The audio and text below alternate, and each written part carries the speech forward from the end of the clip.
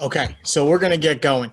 Good afternoon, everyone. I hope you and your families are safe and well during this kind of crazy and unprecedented time for our country. But my name is Tony Negrin, and I'm from the Delbarton School, and this is the intro to essay writing for the humanities. I'm very excited to be with all of you and to offer some guidance in terms of the writing process. As this is one that is a difficult one, especially now that we're remote and have very much less interaction with our teachers. This is something that I have taken great pride in growing up as an English kind of student, and it's very powerful for me to be able to write. And I hope that throughout this 45-minute segment, as well as the next 4 weeks, I'm able to help you in one way or the other. Just a little bit about background about me, kind of who's this guy, teaching me about writing. This is a little bit of my personal information. I'm currently a freshman English teacher at Delbarton School. This is my 7th year at the school in Morristown, and I've been teaching freshman English for 7 years. And, I love the freshman English because we read text and we write about young adult literature for the most part. Our protagonists are always 14, 15, 16 years old. And it kind of shows my boys, my students, the way to help themselves live out their lives and how for them to come of age. So it's a really cool year for me to teach, and it's something that I've grown with for the last 7 years. In addition to teaching freshman English, I'm the varsity assistant baseball coach there, as well as the middle school basketball coach, co-coordinator of the diversity program at Delbarton, as well as a student government moderator, and I am a member of the admissions team. Kind of where I came from, I grew up in New York. I graduated from Regis High School, which is a Jesuit Catholic all boys school. In 2008.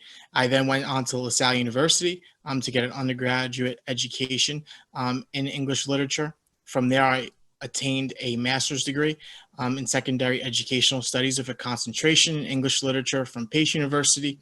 And currently, I'm enrolled in a doctoral program at Drexel University, which is an all online based doctorate program. I'm going for my EDD in educational leadership and management with a concentration in athletic administration. And then in addition, my role with Centercourt is I am the co-founder of the Rising Rebels baseball program, which has recently partnered with Centercourt back in October. At any point, feel free, by the way, to stop me with questions. You could turn your volume on and yell out to me. I move a little fast, but I will make sure I slow down. And feel free to just ask any questions here on out. This is my contact information. My email address is anegrin@delbarton.org. My cell phone number is up there as well. And you can honestly reach me at any time. This is a time as students, we need to reach out to somebody. You can reach out to me in regards to any type of writing that you may have, any questions you may have, and we're going to get to that by the end of the presentation. So why do we write? And you'll see this kind of little illustration here. It reads, being a good writer is 3% talent, 97 not being distracted by the internet. And this comes at an ideal time for us because we need to be engaged with the internet. We need to be on our computer. But growing up, my mother always taught me that there was nothing like putting a pen or a pencil in your hand and just writing out your thoughts. And for many of us right now, and many of the students going through this remote learning, you need to be able to organize your thoughts. You need to be able to put everything aside and actually respond to a prompt in the correct way. And that is why this essay writing for the humanities course is something that I jumped at when I was offered to do this by Centercourt. So why do we write? Specifically for the humanities. I always tell my students on day one of freshman year that we want to write to make sense of our own lives. And for us to write, we need to be able to properly analyze not only what the text says, but our own lives in relation to the text. We want to make sure that your message and your thoughts prove your opinion, and that is what is at the forefront of your writing. And we're going to get into certain ways and techniques that we can do that throughout this presentation. But again, it always goes back to making sense of your own lives. You cannot perform or write a very good response unless it makes sense to you, unless it is something that you feel confident about. You need to be able to tap into your emotions. And when you're able to get into your emotions, you're able to then get into the character's emotions. And then you're able to analyze the characters more fully. Most of the underclassmen in high school will work with characters and themes and motifs and kind of the figurative language that teachers always desire about in English. For history, you're typically talking about a significant historical event or a person who had to lead a group, right, through that historical event. So we want to make sure that we understand ourselves first so that we can understand those people or those characters, those themes. And at the end of the day, writing is used for every single profession. You're going to need it. And I have a nice slide that will show you that, but it's going to help you become global citizens. So our future is dependent on writing. Every profession, anyone that you could imagine, you're going to need to become a legitimate writer. So I have a few examples here that I typically use in my classes.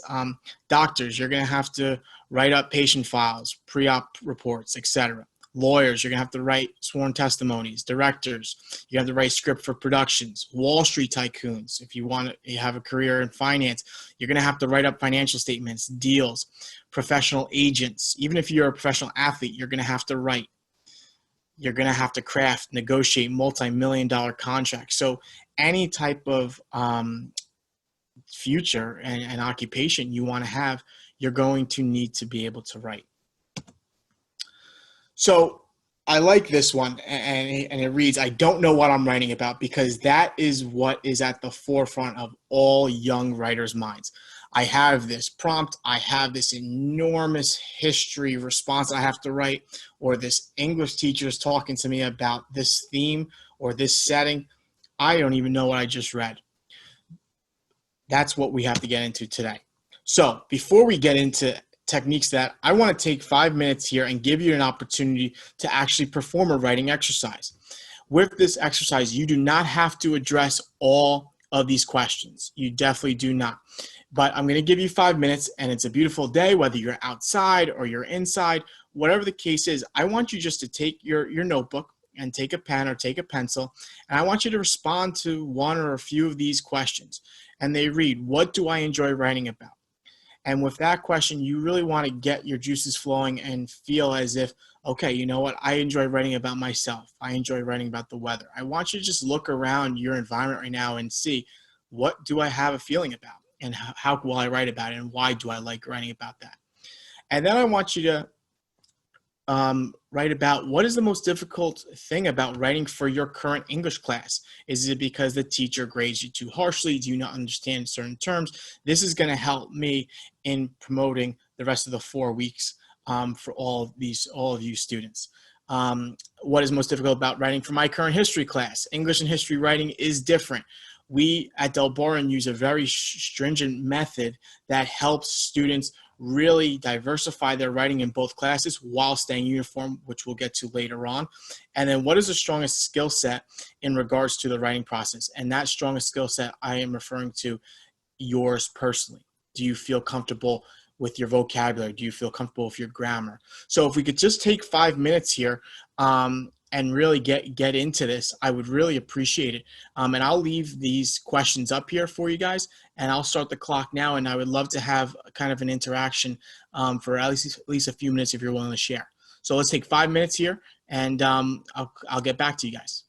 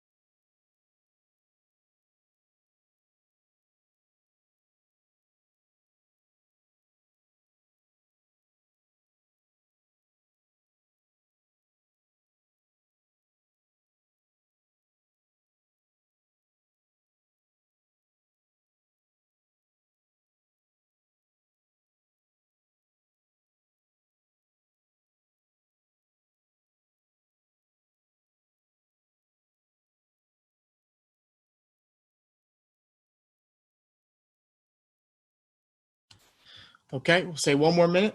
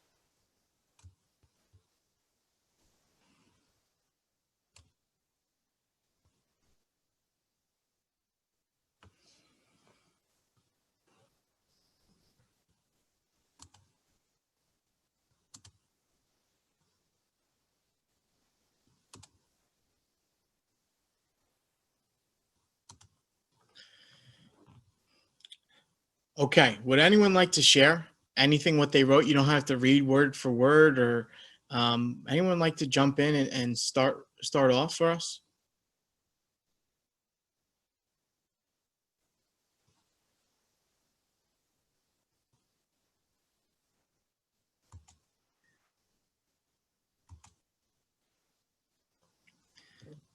Okay, I'm gonna start off. And what I wrote about was right now what I enjoy writing about most. And every night before I go to bed, I write about my day. And this is something that I learned um, basically as a sophomore in high school. I was asked to keep a journal. And this is something that my mother, she's also an English teacher. She always wrote journals.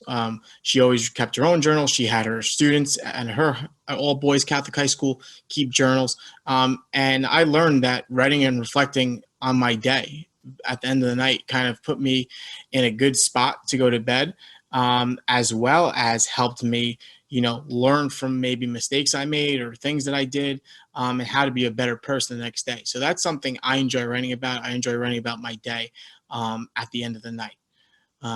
So that's just me. But anyone else want to jump in specifically about most difficult thing about their English class or their history class?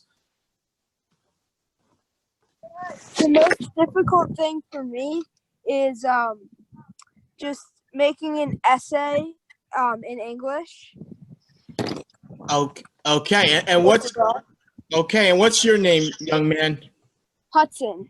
Hudson, absolutely hear you on that. And I think that in terms of an essay, which we're going to get into at the end of the presentation, it is hard because your English teacher expects you to write a certain way and expects you to address certain topics and themes in that writing. So absolutely hear you on that. Thank you for sharing. Anyone else want to share? In ELA, we write a lot of essays, just Okay. all the time. Okay, so a lot of essays. And what's your name? I'm Charlotte. Charlotte, very nice to meet you. So what kind of essays do you write? We just started writing argumentative, persuasive, and just essays of reflection, I guess. Okay, so essays The of books reflection. that we read. Sure, absolutely. And so especially in ELA classes and English classes, there are many different types of essays you can write. And that is something that we are going to address as well during these next 4 weeks. But it's difficult for a student to say, okay, well, why do I have to be persuasive in this essay, but then I need to be analytical in this essay, but then I need to be creative in this essay. So there's a lot of give and take from a student perspective. Absolutely. And thank you for sharing that, Charlotte. Really appreciate it. Mm-hmm. Anyone else want to share?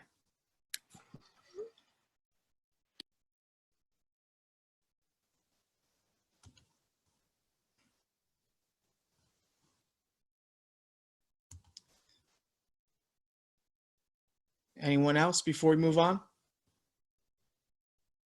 I think like something in my craft of language class is I think organizing my writing is kind of hard. Okay, and thank you for sharing. What's your name? Lynn. Okay, Lynn, thank you so much. So organizing your thought. Is there a way in which you have found success in organizing your thoughts as of yet? Like my teachers always say to do like a attention getter, do a preview roadmap, and then like state the reasons and then review roadmap and conclusion. Okay, absolutely, and that's certainly a great way to do that. And I think that what we're going to talk about is definitely organize how to organize your thoughts and the process behind that, and how our organization is really the first step in writing, even if we're not putting anything physically on the paper. So thank you for sharing that, Lynn. That's great. Anyone else like to share?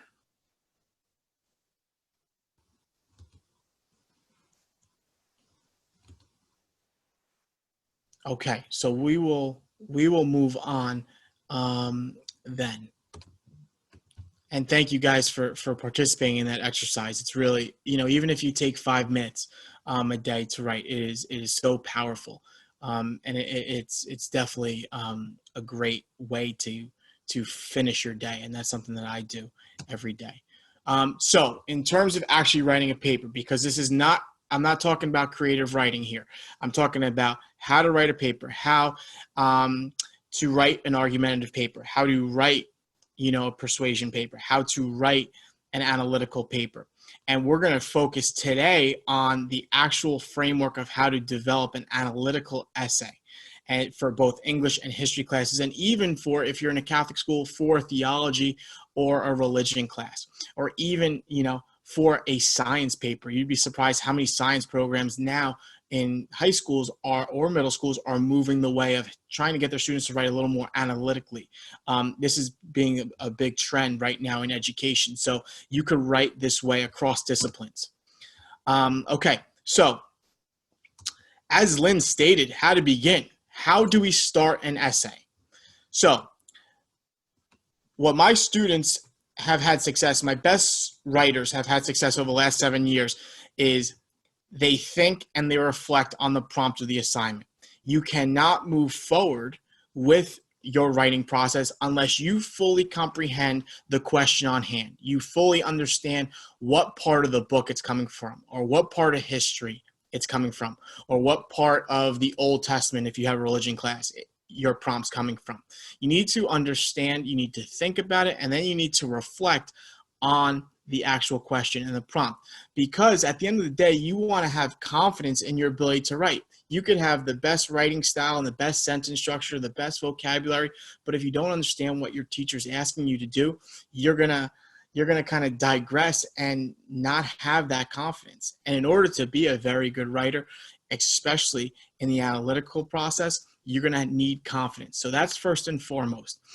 And then after you think and reflect about that, you literally want to write any idea, any word, any sentence that comes into your mind.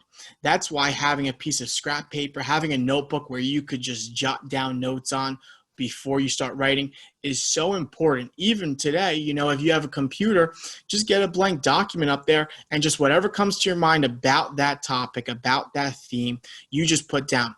I tell my students figuratively, you want to throw up on a page. You want to have a whole page or pages full with notes of just your thoughts and your ideas. Now, many of my students say, well, Mr. Negrin, that takes a lot of time. Well, my argument to them is it takes more time to stare at a blank Google Doc or a Microsoft Word document with that cursor blinking at you. Has anyone ever had that happen to them where you just have writer's block and that cursor is kind of blinking at you? Anyone? Yeah. Yeah. Okay. So that's the worst thing, because then you have no idea where you're going, what you're doing, because you just want to get it done. The great writers do not just want to get it done, especially the ones that can write at a high level. They want to get their thoughts out there first. And again, that goes back to the confidence you have in the thought process and the reflection process.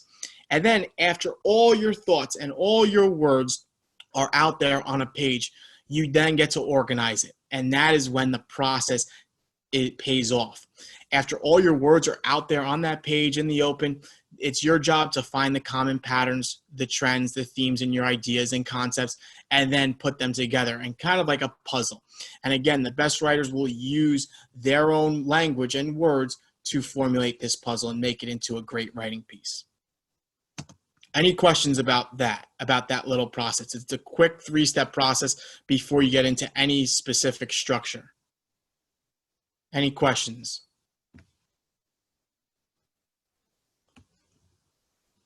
Okay, we'll move on. So for humanities classes, here is a typical structure for an essay. Now, this is used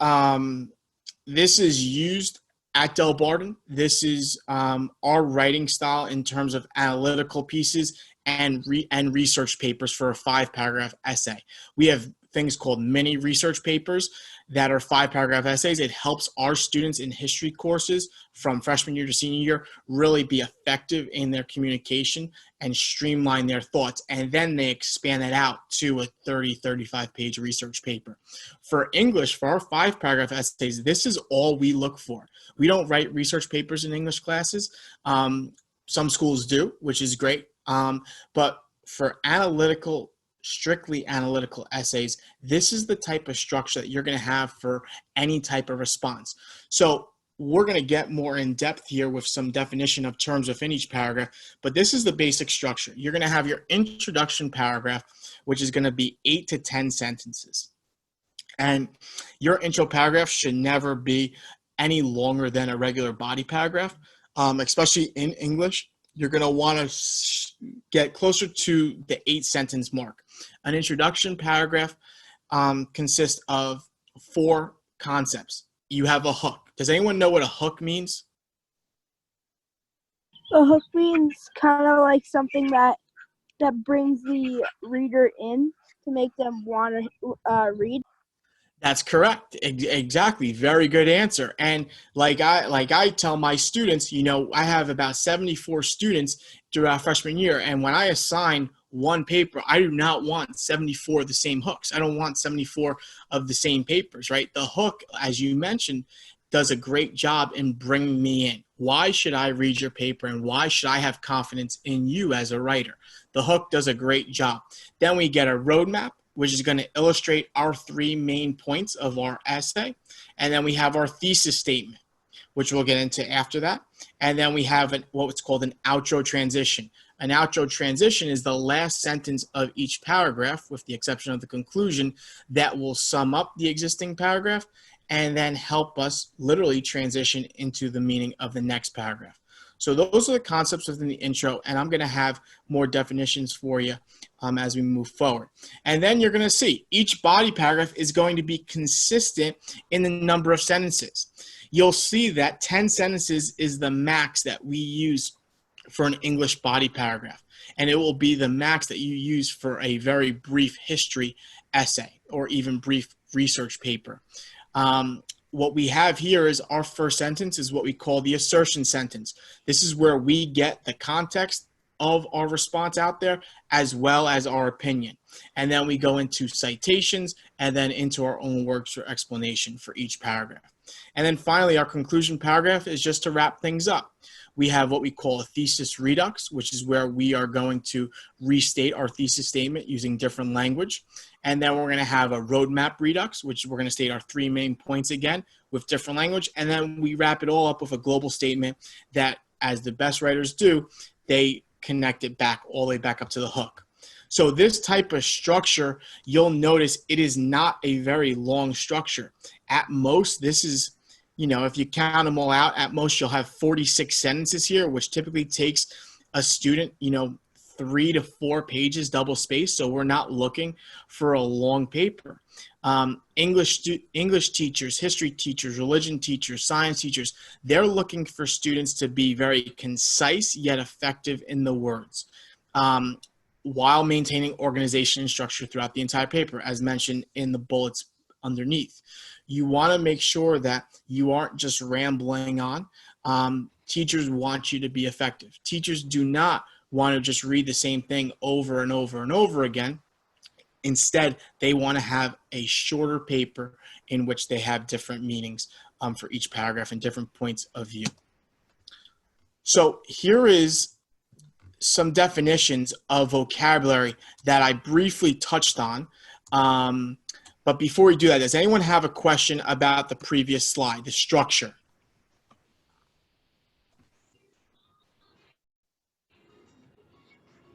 And again, I know I move fast. I'm sorry, but you guys can slow me down. You can yell at me if you need to.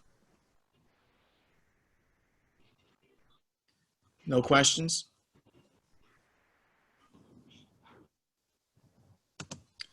Okay, so this is vocabulary to be used during this process. And obviously after this session, you know, the next 4 Tuesdays, we're going to take this paragraph by paragraph and we're going to really dive into more in-depth meaning of all these terms. But, you know, as one of the students mentioned, the hook, how do you engage your readers from the first lines of your introductory paragraph?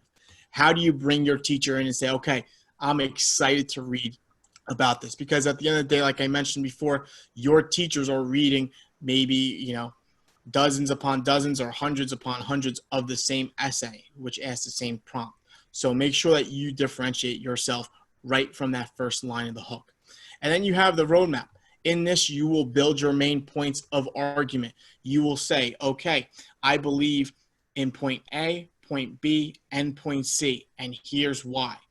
Then you have your thesis statement. This is the premise for your paper. You will briefly include all 3 components of your paper, your 3 assertion points in that thesis while providing some formality to it. And with a thesis statement, there are 2 things you always have to remember. One, you always want to make sure you include in the English classroom the work of literature, whether that's the name of the poem, whether that's the novel's name, whether that's the short story's name. You want to include the name, and you always want to include the author's name. Those are 2 formalities that teachers may take off points for in your thesis statement, that if you could just keep in the back of your mind, it promotes a great thesis statement. And we're going to have thesis workshops going on starting next week. And then we have our assertion statement. And this is the sentence that I like the most and that I tell my students, it really gets a paragraph going. Does anyone know why the assertion statement, or some of you may call it a topic sentence for the paragraph, gets your paragraph going? Anyone want to jump in there? It like sets you up for what you're going to talk about. Okay, and Matt, right? Matt, in regards to that paragraph, it sets you up what you're going to talk about. What else do you think you need in that assertion sentence that will help you formulate a great paragraph? An argument. Yes, so there's actually 2 main components, and thank you, Matt, you're absolutely correct. There's 2 main components that come in the assertion statement. And what you have is you have your own opinion, your critical opinion, and then you're going to have a concrete observation. You're going to have a fact that cannot be argued. For example, if we were looking at the play Romeo and Juliet, a typical assertion would be that how Romeo and Juliet was a play about love, right? And that is, you can't argue that.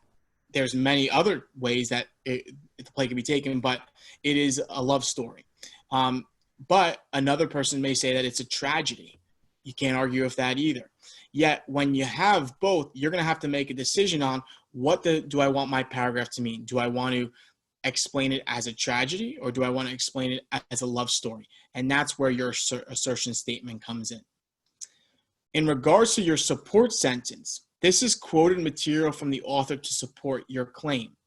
What this means is that you are taking a piece of the English text, the play, the short story, or the poem, and you're incorporating that into your second sentence of the body paragraph to defend your argument.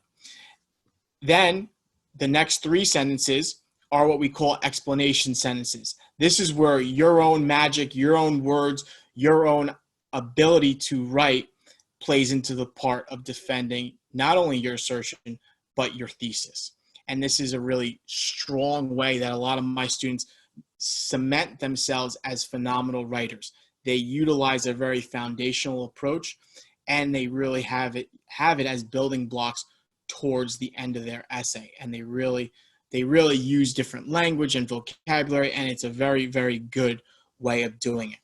And then, as mentioned before, your outro sentences. This is the last sentence in each paragraph that sums up the existing paragraph, as well as transitions into the main idea of the next paragraph. So your outro transition is just another 1 sentence that leads you into the next paragraph, into the main point of it. Any questions about this vocabulary that's going to be used in the next 4 weeks?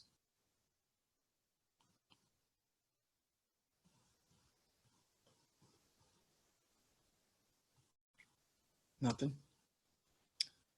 Okay, so some takeaways from that I have for you guys for the next 4 weeks with this. I want you to become a more confident writer, and I want you to be a more organized writer. If you can become confident in your ability and you can be organized before you even put pen to paper, then you will become a phenomenal writer, a phenomenal English student and student as a whole, as well as a phenomenal global citizen. Whatever job you want to take on later on in life, you will be able to succeed in that because of your ability to write. Writing has a direct correlation to effective communicating. So you'll be able to effectively communicate as well throughout this course. You will learn how to develop a clear thesis statement. That will be the first day of this 4-week program. We will workshop thesis statements. And what I plan to do is get everyone's latest writing prompts and we will workshop them. I'm big into peer editing, so we will do a lot of peer editing and a lot more interaction. And I know that I don't like to lecture, I don't like to talk as much as I'm doing tonight, but we are going to be able to interact a lot more over the next 4 weeks. You'll also learn how to properly structure defending a claim. And if you believe in one thing, how do you go about making sure that people can believe you through your writing? Because more cases than not, as a young student, you're not going to have the opportunity to speak about it. You're going to have to write it, and you're going to have to be able to defend yourself. And then how do you build overall an effective and concise 5-paragraph essay? I will be providing you student examples over the past couple of years of what a great 5-paragraph essay looks like, so that when you have your own writing assignments for your history or your English classes at your school, you can have something to look at and kind of use as a guideline. I also hope that you will become proficient in writing skills. Some basic ones like verb tenses and voices and pronouns, subject-verb agreement, how to use adjectives properly, when and how to use prepositions within a sentence. These are all things that get interwoven into learning how to become an organized and confident writer, as well as developing the proper structure to write the 5-paragraph essay. And then it's just some key items here. Students will have the ability to email me their work during the course of the week for feedback. Just because we're not online together on Tuesday does not mean you cannot email me your work. I'm here for you guys, especially during this time. If you want to work with me or you want feedback from me, that is great. You can email me at any time. I will help you and I will provide you feedback and offer you some suggestions for whatever course that your writing assignment may be in. Students will also learn how to use Google Drive. This is very important for me. I think that the instantaneous comments and suggestions I can give to students on Google Drive is phenomenal. And it's a way of us communicating in live time. If we can't get on a Zoom call, we could communicate over that Google document in the chat feature, and I could leave comments or suggestions as well. And then students, most importantly, students are going to learn how to properly revise their own paper, as well as how to peer edit effectively. And again, this is something that if we were in class with my Delbarton students, we would be doing this currently at the moment. Peer editing, peer collaboration, revisions on papers, so on and so forth. So this is something that I'm going to implement into this next 4-week kind of writing for the Humanities series as well. It's going to be a very interactive class session, and I want to make sure that we can learn how to collaborate effectively. So I spoke enough. Any questions about anything that I said, anything that the course is going to handle, or things that you would like the course to handle? The floor is now yours.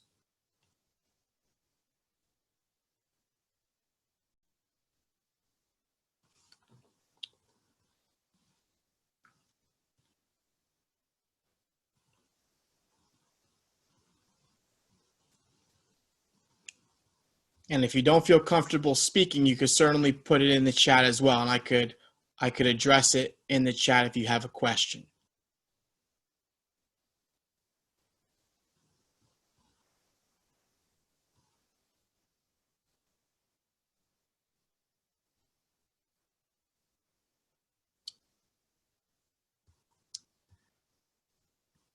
Matt Dahl, I know you had some comments before. Do you have any questions? I'm all good. Thank you. All good. Okay.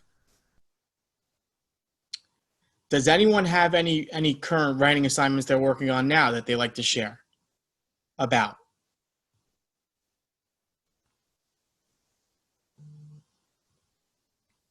Or a teacher's just not giving? Working on writing. Go ahead. Go ahead. Oh, okay. I'm working on writing a page about Jordan, the country, Okay. about its 3 most impactful events. I got to choose a country, and I chose Jordan. That's phenomenal. So what do they expect you in terms of research to do? Are they asking you to go to certain websites? Or are they asking you to kind of figure it out on your own? It's pretty like structured. We have to get sources, then we annotate.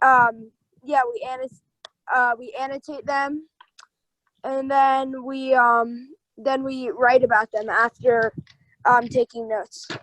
Phenomenal. That sounds great. Sounds great. Awesome. And Karen, I saw that you had an essay that was due 3 days ago. It was a quote reflection. What, if you don't mind me asking, kind of what was the quote reflection on, and kind of what was the premise of it? And you can put it in the chat if you don't want to talk. It's totally okay.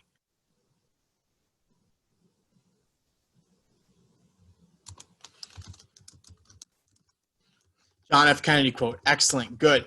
And quote reflection essays are powerful as well. And this type of structure I can use with my students as well in terms of quotations. Quotations we use in every single paragraph of our 5-paragraph essay. Typically, we get 2 quotations out there, which mean that we have 2 citations in each body paragraph essay, which makes it impactful, especially for English when you're able to make a claim. And that's why I love English.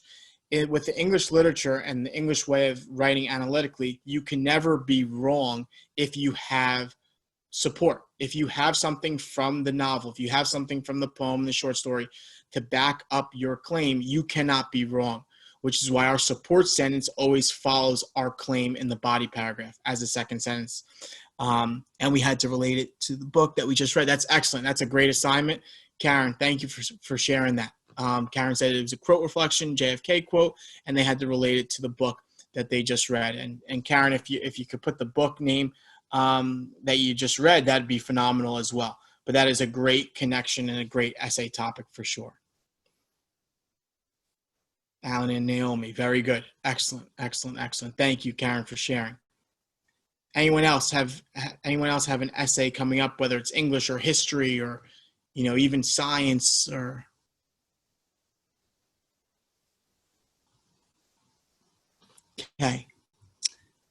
Okay, thank you, Emma, for sharing. I have a 5-paragraph research paper coming up on the Roaring Twenties and women's influence in sports during this period to change perspectives. That is a awesome response. That's just an awesome prompt, and your response is going to be phenomenal, I'm sure. And it's a loaded question. It's a loaded one. There is so much going on there. So again, the organization of your thoughts is so important early on. Really think and reflect on that, and then just, again, figuratively throw up on the page, get all your ideas down, and then go base off themes. Because from the look at it, you have the Roaring Twenties, you have women's influence in sports as 2 really kind of big umbrellas that you have to get ideas from. So I think that, again, getting your ideas down is of the utmost importance first and foremost. And everyone, when you guys are asked to, when I ask you to organize your thoughts, it does not have to be a 30-35 minute thing. It could be 5-10 minutes here and there. Get your thoughts down. That is certainly all that you need. And Emma, for sure, if you need help with that, organization, certainly let me know. That's fantastic.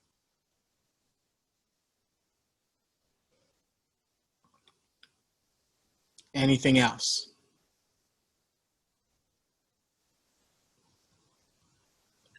In my English class, I'm not exactly writing an essay, but we're learning about the motif in a book and the theme and its relationship.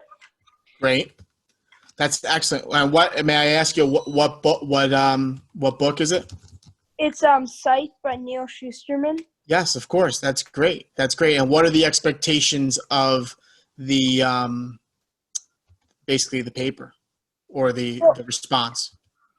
Well, there's no like paper. We're just lately we've been taking notes on it, and we're also we're trying to find themes in the book and motifs and Okay. having quotes to back that up. Phenomenal. Phenomenal. So there's no really writing component. You just need to be able to talk about it, I guess. Yes. That's great. Excellent. Excellent. That's important. What grade are you in? 7th. 7th. Excellent. I'm very happy to hear that the middle school is doing that for you. That's fantastic. It's important.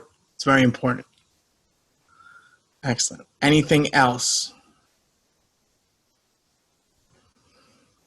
Oh, sorry, Emma. I just saw that that's what you need help with. It's more like narrowing my thoughts down.